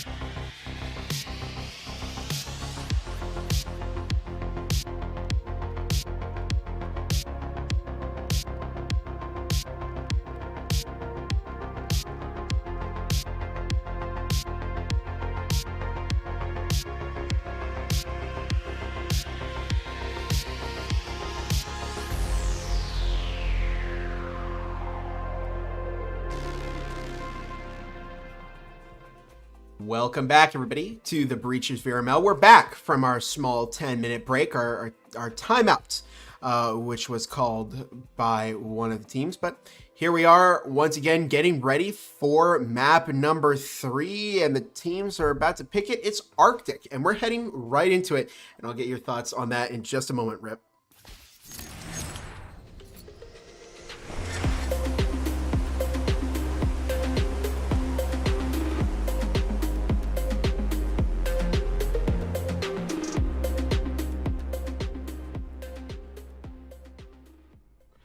It's our third and final map here of this afternoon. Rip, I know you're excited to see Arc. What are you thinking here? Yeah, Arctic being the newest map to the Breachers universe, and it's one of my favorite maps to play right now. There's so much that they changed from their old maps to this map. Even from Ship to this map, there has been a lot of changes. But it's like I said, it's still a newer map, so plays are still being developed. So you're seeing teams try things new on these maps that's not normal. So we don't always see those default plays that everybody's. So we could see aggressive gameplay, we could see slow gameplay. I really don't know as a caster right now. This map has so much potential either way. Absolutely, it does, and there's a lot of pressure on the teams every time a new map comes out to learn it and get familiar with it, because it will eventually be added into our pool over here in the Breachers VRML. And it's all about how well you play if you want to make the biggest impact possible. Mark now connecting for Ragnarok, AFK at the moment. Okay, there goes the headset, as it looks like Ragnarok getting ready to make their move. Of course, the sites are going to be on the second floor, and wait a minute. All of Ragnarok is gone. Huh? Uh-oh. That's not good. We'll see what happens here. Rise taking out Dan. Will go down to Tristan, though, as Void finds Tristan. Where did all of Ragnarok go? It looks like Fire's starting to leave as well. Oh, okay. They didn't confirm attack, so it looks like it is going to be a new server. And we will cut back over there, cut back over here to the post-game screen while we get this new lobby set up. Apologies for that. It looks like it is going to be a different server now. There we go. Yeah, okay. So now the teams are going to pick their sides. Looks like Ragnarok starting off on the defense this time around, and Fire starting off on offense. So, Rip, I mean, you've had the chance to play it. Is there a side that you think you would want to start on here, or is it kind of either way? It's kind of either way. It depends on the team itself. I personally always like starting defense on whatever map I play. I just like having that defense game. But it could go either way on this map. It's whatever the team makes of it. Like I said, the map's new. Everyone's still figuring everything out. So anything can truly happen. Yeah, just giving the teams the go-ahead to start up, waiting on one more from Fire to connect right now. Ragnarok have been very strong on the defense, at least for map number 2. Map number 1, they had a pretty good defensive half as well, but I think their true power showed during their offense. So it shows that they understand how to play Hideout well on both sides. We'll see how they fare on Arctic, and we'll see how Fire fares on Arctic as well. They started off again a little bit down in the points on map number 2, but they quickly brought it back, and we are going to go ahead and get started in this map once again. Apologies for that quick little inconvenience there from the teams switching up the lobbies, but we're back and we're starting off things once again for the final time of this matchup on Arctic. Rip, break us down, break down the starting eco here. What do you think you're going to see? Yeah, the eco is going to be similar. The only thing I'm not seeing that Ragnarok usually does is they go for that Taurus right off the bat, but you're seeing 5 stacked Spectrals. We're still seeing those Cyclones coming out from Fire, but they have been making those Cyclones work for them, especially Mr. Tabs, or we've seen a lot more kills with the Cyclones than what we're used to seeing in this league now. So we're also getting some grenades here, early drone on Rise side. Looking pretty similar to how we've started most maps utility-wise. Fire's putting more into utility than their guns, and then Ragnarok is stacking on their guns. And here we go, starting off the round once again with, let me make sure, well, I'll make sure I have the teams on the right side in just a moment. I don't want to miss any of the action here because there's been action this entire matchup. Gooblin watching the hatch as Makamo making their way into the lounge. We do see a kitchen breach from both Void and Mr. Tabs, as Makamo and Gooblin now making their way in there as well. They've given up some real estate here on Ragnarok. They typically, from what I've seen, teams do like to hold kitchen because it does give you a couple of choke points, and it protects this wall that the other team can breach into Site B, but that's neither here nor there at the moment. Casey moving further back into bunks as Mark is taken out by Mr. Tabs. A nice opening from Fire. 2 minutes on the clock now. Casey looking for a refrag. It doesn't happen. There goes the breach in through Jim as Rise is sitting in the back looking with a very nice angle as Casey finds the kill on a Gooblin. Rise taking out TJ Clark as Makamo taking out Casey. Mr. Tabs finds Suyalo, and Monkey Josh on the flank, able to take out 2. can they take out 2 more? As we see Void now making their way through the flank into Jim, but Monkey Josh now just tucking inside of Bunks. Void is going to have to play this carefully here. There's a minute and a half on the clock. They are backed up by Makamo, and Monkey Josh swings out, but unfortunately for them, there were 2 players waiting, and round 1 goes to Fire. Yeah, seeing great plays out of both teams here. A lot of good trading coming in. Both teams playing angles really well right now. Monkey Josh holding out, being patient, maybe not enough, but he could have been worried about being pinched from both sides there. So I do understand that swing. He could have made a crazy play getting a 2-piece there and winning the round. Obviously, anything can happen, but we're seeing Mark getting subbed in this round, so a new player for this map. Have not seen too much of him. Fire doing an excellent job pushing in with their drone to get control. Able to get a lot of ground, and Ragnarok's working on the rotations. Hoping to see a little bit stronger, a little bit faster, but both teams are still looking great. It's already coming in for Fire.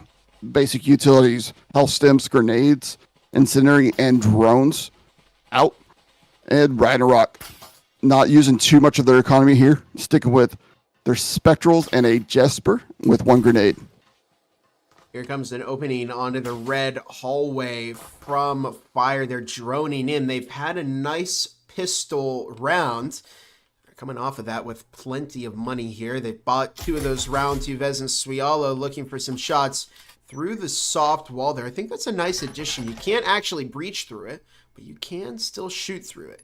Now Swialo got pinged by the drone as the rest of Fire making their way into display. Now they're going to attack the server corner. Casey tucking, looking to toss out a frag grenade, which will find Gooblin, but they managed to take out Casey before going down. Fire not looking to give Ragnarok any kind of advantage here in round number 2. Makamo recovers that breaching foam, and Fire have definitely started to find their momentum against Ragnarok. Frag being tossed in. It's a double frag, but Swello manages to avoid both of them. However, there's a Vezin from Mr. Tabs that finds its way into TJ Clark's head. Now a minute 50 on the clock as Monkey Josh takes out Rise. It's a 3 versus 3. Ragnarok have done a good job of softening up this Fire offense. However, they do still have to worry about both of those Vezin players being on, well, max health. Suelo taking out Mr. Tabs. It's now a 2 versus 2. They are looking to get that other Vezin recovered over on Fire. They're going to have to be careful, though. Mark and Suelo have done an excellent job of kind of attacking both of these players at the same time and really draining their health fast. Makamo, however, taking out Mark in what is now a 1 versus 2. Suelo looking to swing, almost finds Makamo, but they managed to get that kill off as it's now a 2-0 game with Fire in the lead. Yeah, and again, this is a newer map for Breachers. We do not have much stats for Ragnarok or Fire on this map, so we don't know how much they have worked on this map independently. We don't have any winning stats for either team for this map, but Fire doing a great job getting these pushes. Ragnarok still holding their ground. They're able to get some great angles and great kills. Fire's just a little bit over the top there, and they're able to finish it up with their utility grenade placements and making the team rotate. Also, great jobs trading out on the roamers, making sure that no unnecessary deaths and disadvantages are being placed on them. Again, we're going to see Fire getting full utility, pretty much a full buy right now. Drones, grenades, incendiary, breach and foam. Ragnarok still a little low on economy, able to finally get the Vezins, but not much else than that. They're not going to have utility for this round. So usually what you see from some of these top NA teams is they have a player dedicated to running supports and purchasing utility attachments for everybody. Do you think that that is a valuable strategy when you are lower on that eco? 100%. This was my role for the older guys when I did play with them. I kind of started that, so I love it when I do see this actually happen. Absolutely, and you know, a little bit of extra cash and extra util could go a long way. We'll see how Ragnarok fares without that extra util. They currently only have an incendiary, and there's some shots being fired by Casey. They do have some rifles now, though. Mr. Tabs taking out Mark, as it's quickly become a 5 versus 4. Goblin and Void over in Gym as Monkey Josh pinged by a drone, looking to rotate back down the white stairs. Mr. Tabs taking out Casey. Goblin finding Swallow. There's now 2 minutes 10 left on the clock. Monkey Josh does manage to take out Void, making it a 2 versus 3 as TJ Clark picks up a kill on Makamo. They are being careful about Monkey Josh, who's going down the white stairs once again. And it's now just down to Monkey Josh. The EMP has been planted. At this point, Rip, do you think we're going to see a salvage from Monkey Josh, or do you think they're going to rotate around? I mean, I would be surprised to see him rotate around, but I'm not too quick to say that because they surprised us several times here. But economy-wise, they need to save this Vezin. They're looking at 0 credits for 2 of their players, 300, 150, and 300. They're not going to be able to buy very much next round. This might be the only Vezin they get. This hasn't been a very good start for Ragnarok. They've lost what's now going to be 3 rounds in a row, a hat trick for Fire. They're just struggling to find their pace here in their defensive half. If defense is their stronger half, well, they may be in trouble here on Arctic. But we'll see what happens. What's not, a mystery is the economy from Fire getting bigger with every single round. They are getting a lot of money here, Rip. Yeah, we're going to see a bot coming in, but 2 Canuts are in play for Ragnarok right now. So that could change up. This map has close quarters. It has those corners that you can duck in and make a crazy play like we did see earlier from Casey getting a 4-piece with that Canut. So things are still possible here. Ragnarok just not winning their gunfights as much as I've seen them do before. But it's not just their fault. Fire is just doing an excellent job of grabbing those advantages and making sure they're winning 2v1 situations. Able to field 1 Vezin here on round number 4. They're going to have to find at least a round. Give themselves something to prevent that 6-0 lockout in the first half. There's still time to do that, of course. There's still 3 rounds left for Fire to potentially win. So there's opportunities for Ragnarok to bring it back if they want to give themselves the best case scenario, which is to tie it up in heading into the second half. Well, they need to start winning right now, but they did lose a player on their team. It looks like, I'm not quite sure who they lost off the top of my head, but this could be bad. Casey finding a kill on the Goblin, but is refragged by Mr. Tabs. They're not keen on letting Casey get away with it again. Mark, however, finding Mr. Tabs with an RCP, as it's now down to a 3 versus 4. 2 minutes 15 on the clock. It's an incendiary toss, preventing any kind of Ragnarok swing. There's a frag tossed into tubes that almost catches Mark. But that may be a problem for Fire. If it didn't make it all the way to the back, they might miss Mark. Mark could potentially bring a lot of damage here to this Fire offense. Void, however, is watching along with Rise, and they stop Mark from doing any kind of damage. TJ Clark reconnects for Ragnarok. They're able to get back in. 1:40 now on the clock as Void tossing a frag in. That's going to take out the static field emitter. Void pushing up, takes out Swialo. TJ Clark picking up some damage from Void, who's been on fire here in this round. Now 1.5 minutes on the clock, and Ragnarok are in a tougher situation. TJ Clark low on health, only 30 health points, I guess, are remaining. As we see 1:15 now on the clock. Void looking to get that EMP planted. Monkey Josh over in sight. B Rise taking out TJ Clark with yet another very solid angle. Monkey Josh looking for a hit with the Canut, but Void drops another one and brings us 4-0. Rip, it's starting to look a little bit dangerous for Ragnarok. Yeah, Ragnarok's been starting off rough there. The low economy affects you a lot in this game, but they're going to be able to buy a full stack of Vezins this round, so this is their chance to change pace and come back and try to make something. But Fire is doing an excellent job right now of separating the Ragnarok team and be able to get the one-on-one kills.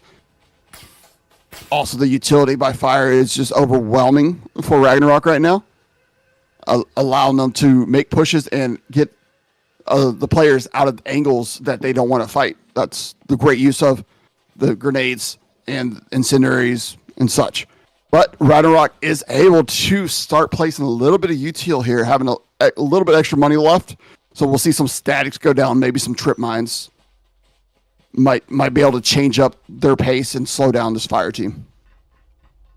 We'll see how Ragnarok decides to play this. I didn't see too much util from them again, which I think is really killing them here on the defense, especially on the defense. You've got to purchase that utility to give yourself a little bit of breathing room. Okay, I do see a static field emitter, but we'll see how things go. Casey's over in Lounge, manages to find the kill onto Gooblin, which is a good start for Ragnarok. Early picks can help them out. Mr. Tabs, however, finding a kill on Swialo to even things. Makimo tossed a Jesper in the window. Rise taking out TJ Clark. Makimo is dedicated to trying and taking out Casey, who's now swinging the window, hopping out, and finds the kill onto Makimo.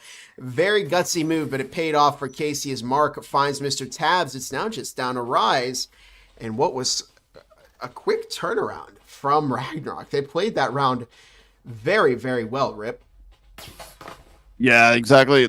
They got the Vesins. They're able to hold down those angles a little bit more. The little bit of utility they did buy hasn't really came into effect this round, but they were able to get 2 statics down with 2 trip mines, changing that pace as well. So we're going to see a little bit come going towards their way for this next round, as long as Rise doesn't just jump back in there and change things up again like he did last time. I forgot about that for a moment. Yeah, Rise managed to find the clutch on Skyscraper. And honestly, Rise is doing the same thing again. I don't think this is going to be a salvage because there's a minute and a half on the clock. Rise has that cloaking device. They're going to go for it. They're going to try and keep Ragnarok as far down as they can in terms of economy. Because actually, if you take a look, Fire doesn't really have a whole lot to lose. They all will have enough to purchase another Vezin and plenty of util in the next round. So I guess maybe it makes sense for Rise to go for it. However, there's 55 seconds left on the clock.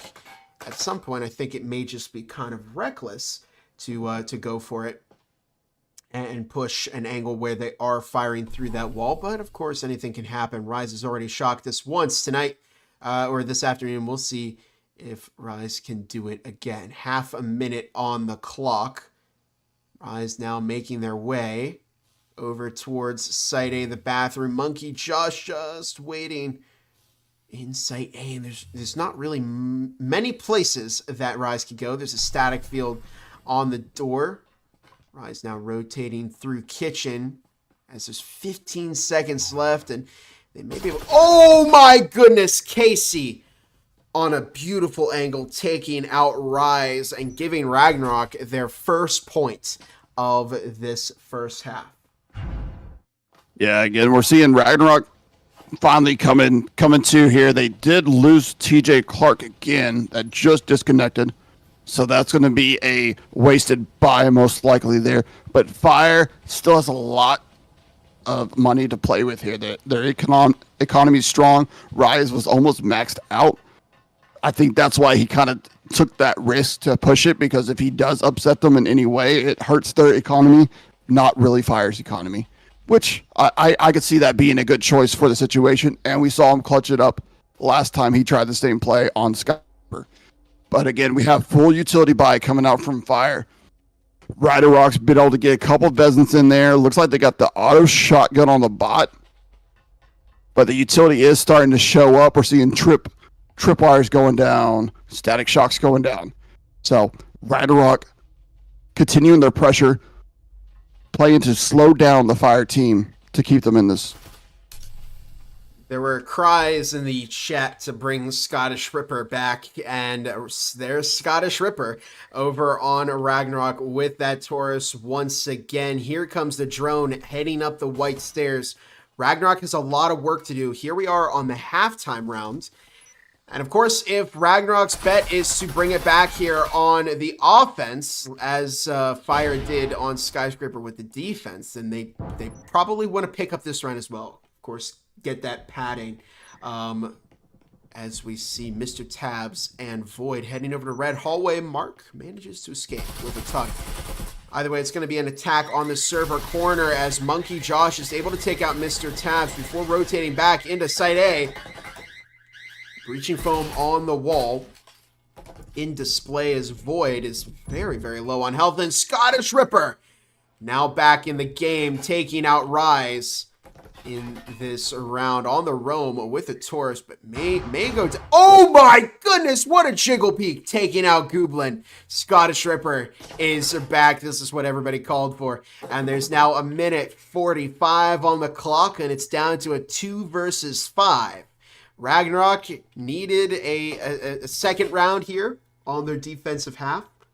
This could be their chance. And we've seen very nice utilization of the roamer. Scottish Ripper once again testing the waters, looking to take out Void, who's now recovered the EMP. There's of course no reason to save. Remember, this is the halftime round, so everything will go away from Fire. So their bet here, their best bet is to just go for it. Makimo foaming up the wall. There's the frag grenade as Void looking to take out that door blocker, but here come Monkey Josh and Scottish Ripper on the flank, and Monkey Josh dropping 2 to give us a 4-2 game as we swap into the second half. Yeah, Scottish Ripper coming back, making a huge difference there. Being able to pressure them on that roam makes a huge difference because now Fire's attention is split from their front and their back. Able to come in and get that little jiggle peek with the Taurus. Beautiful headshots coming in. Ragnarok starting to bring it back, making a difference. They are on attack now. We are resetting. Economy's fresh. We're going to see a similar plays coming out. Scottish Ripper's back, and now that Taurus is back. That explains why we didn't see it earlier. You got the 4 Spectrals and the Taurus with Scottish. Bringing in a drone breaching foam.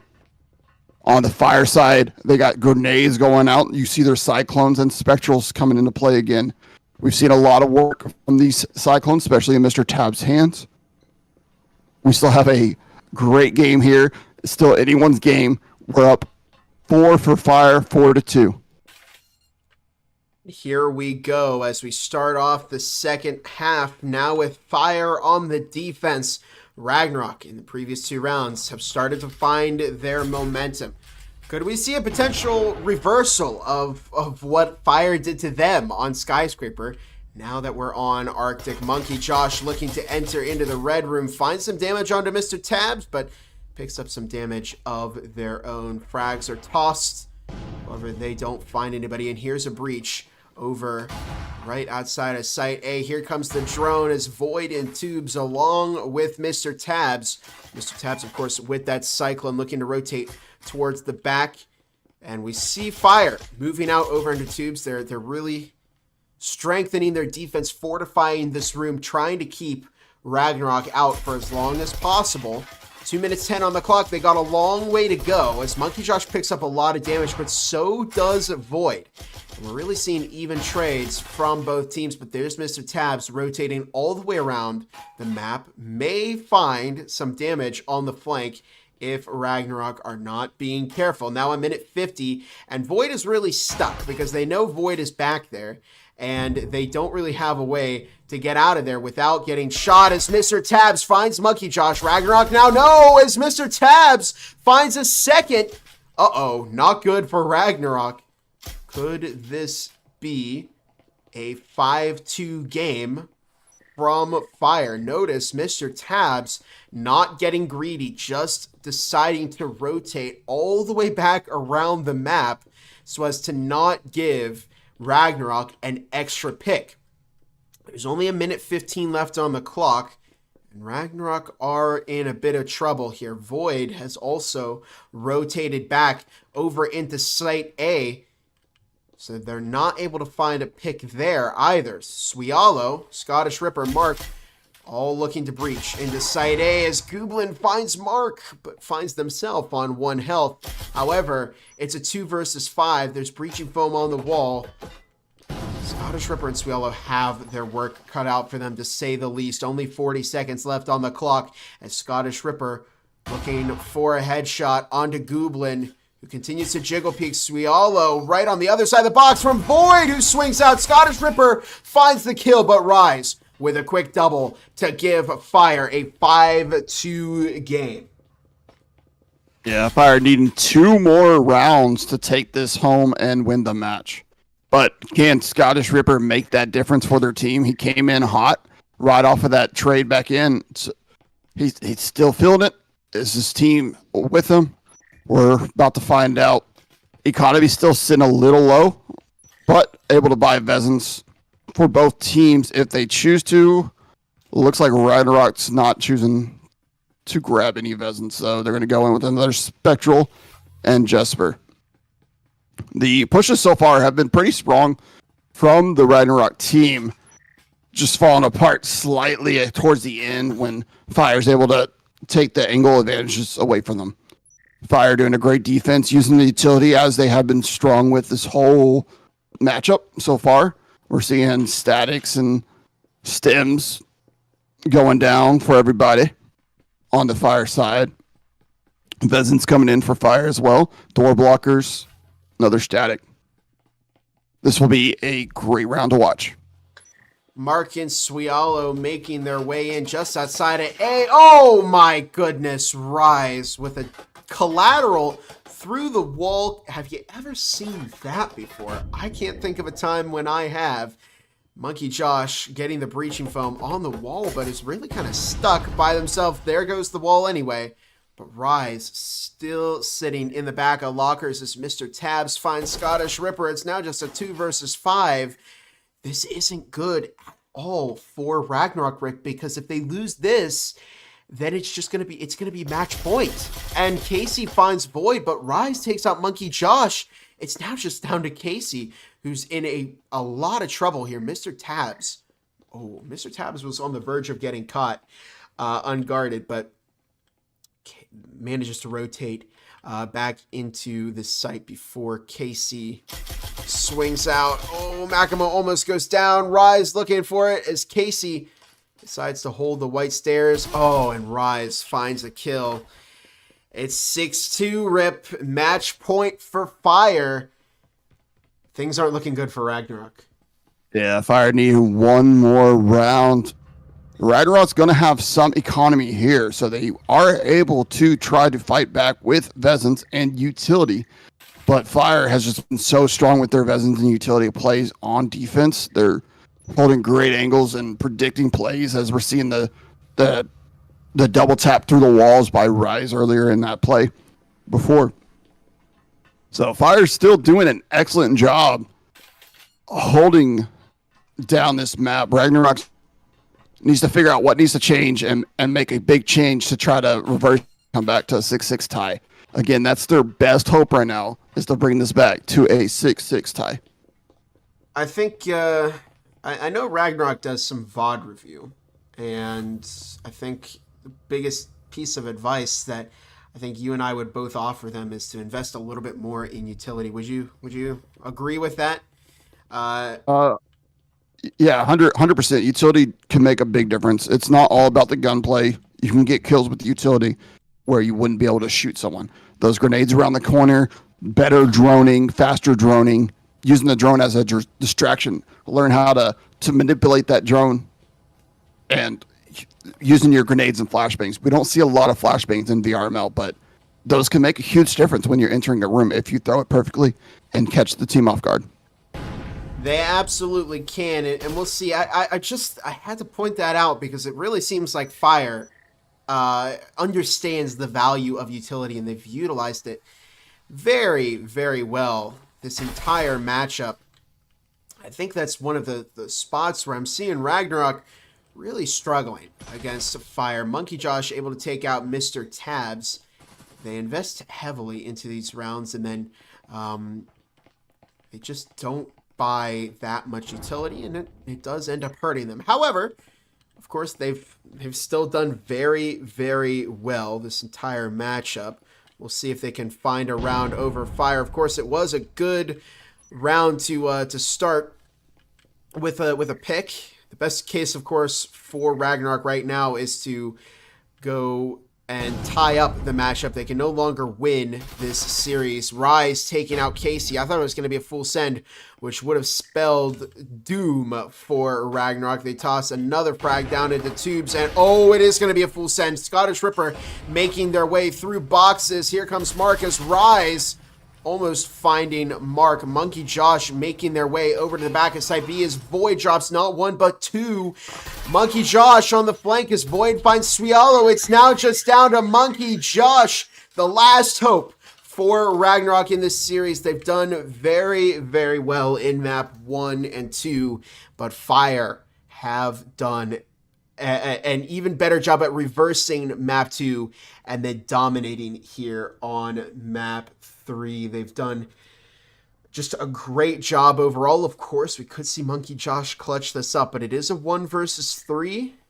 And Monkey Josh does not have possession of the EMP. There's only 40 seconds left on the clock. Here's the drop. Uh-oh, Monkey Josh shoots at the teammate, who it looked like they were still alive. Here it comes. 30 seconds left on the clock. Monkey Josh making their way through tubes right now. Void just to their right, and Void has devastated this Ragnarok offense. However, Monkey Josh finds the kill, finds a second on Rise. This could be, oh no, Goblin knows exactly what they need to do, and there's not enough time to plant it, and Monkey Josh realizes it. Oh my goodness, no way! Monkey Josh got it at the last second. They got the kill. The Enforcers are going to move on. Wow, this could be a big hype for the Ragnarok team there. It did look like the EMP had fell in and maybe glitched into the shelving there, and they weren't able to get it. So, but getting that last second kill is huge. Monkey Josh making another round. Again, Fire doing an excellent job though. They're down a player. They got bot Timo taken in. They're holding great angles. They were very patient there, waiting for Monkey Josh to push in. It's just Monkey Josh was able to get that first sight and take advantage of that pre-fire angle going forward into that round. But Ragnarok did make some great pushes. They're starting to buy up a little bit of utility here. Still not very strong on that utility. We're going to see Fire buying up utility, but their economy is starting to get low, which means if Ragnarok can take this next round, Fire has no economy to fight them with. And that gives Ragnarok pure advantage for a couple rounds to come back if they're able to do so. It's certainly something that can happen. And of course, as you mentioned, it's a big motivator to get that clutch up at the last second. They got plenty of money now, which they are spending, of course, as Rip pointed out, on Vezins, on util. So they could use this, and they could find a round, and they could find another round over. Oh wow, what a frag by Casey, an S tier frag tossed as Void looks to throw down a static field emitter.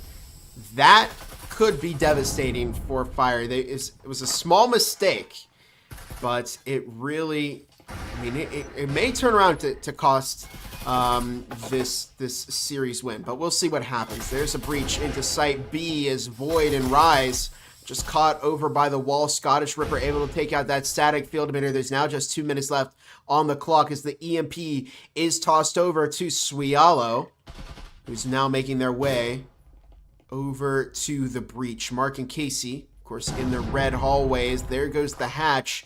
Ragnarok are on the move. They're going to capitalize off of that simple mistake from Fire. They take out Void as Stick, who's now subbed in for Fire, goes down. Makamo dropping 2, dropping 3, and it's now just down to Makamo and Rise, but Makamo goes down to Mark. And now it's time for Rise, who may find... Oh, it's going to be tough, but it is a 1 versus 2. Rise taking out Mark, and it is now just down to Casey, the last hope for Ragnarok. If they want to clutch this up, Rise over and Weapons taking out Casey. with a beautiful, beautiful angle and finds the overall win for Fire in a hard-fought victory here in Map 3. Yeah, Ragnarok definitely making it look like they're about to try to make a comeback there, coming down to a 2v1, but that failing on the 1v1. Fire doing a great job holding off the ground. We saw Ragnarok starting to go back to their normal pushes there. They were baiting out certain areas so they could get the crossfire, which we've seen work out greatly for this team before. And it almost worked out for them there. Fire's just able to hold on barely and take the map and taking the match. Good job to Fire. Yeah, they're a team that definitely, I mean, they started off in what looked like they needed to pick it up, and I think as the game went on, they found their footing, they found their pace, they were able to assess Ragnarok and find where they were weak, and they were able to capitalize off of those mistakes to get the overall win of this matchup. But very entertaining nonetheless, and Ragnarok, they're going to take this as, you know, another learning opportunity of where they can improve in the future. They still did a very good job going up against Fire, but I mean, that's the way the cookie crumbles sometimes. So that's going to do it for our matchup. Now, before we go, we do have to talk about the sponsors that make all of the VRML possible, starting off with Triangle Factory, the developers of Breachers, this wonderful game that we've just been watching here for the past 2 hours. They've, of course, done a lot of stuff for the VRML in the past, and you can actually purchase one of the gun skins that they gave us in the store right now. It's 150 credits, and it's for the Vezin.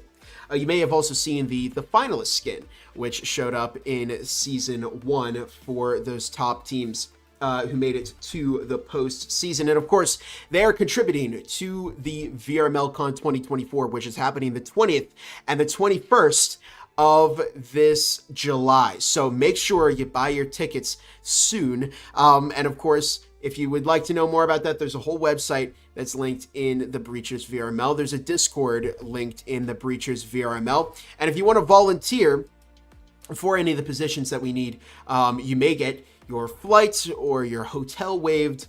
So make sure if you are interested in helping out with some of the positions that we have, that you go and check out that Discord.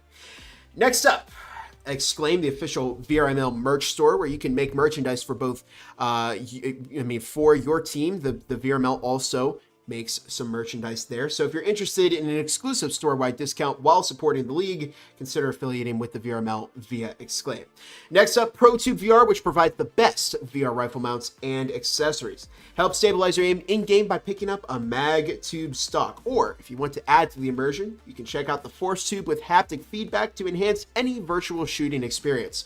With a variety of other products ranging from B-Saber to joystick mounts, ProTube VR is your one-stop shop for controller peripherals. And finally, HyperX. You can get 15% off MRSP off of fully priced HyperX products in North America using code HXVRML23. They also supply our casting department with some wonderful equipment. I have a HyperX keyboard, a HyperX mouse, and of course, you're hearing my voice out of the Quadcast microphone from HyperX with its wonderful little tap to mute feature. So I can do this. And I mean, you don't even know what I said. I could have said the release date for Ranked, and you would just never know. But big thank you to HyperX. They also contribute to our prize pool. So that's going to do it for the sponsors. Once again, I'm Gibular Bob. This has been my co-caster, Rip the Cord, and we'll catch you all in the next EU matchup or in a matchup, wherever we find ourselves next. But until then, have a great rest of your day, everybody.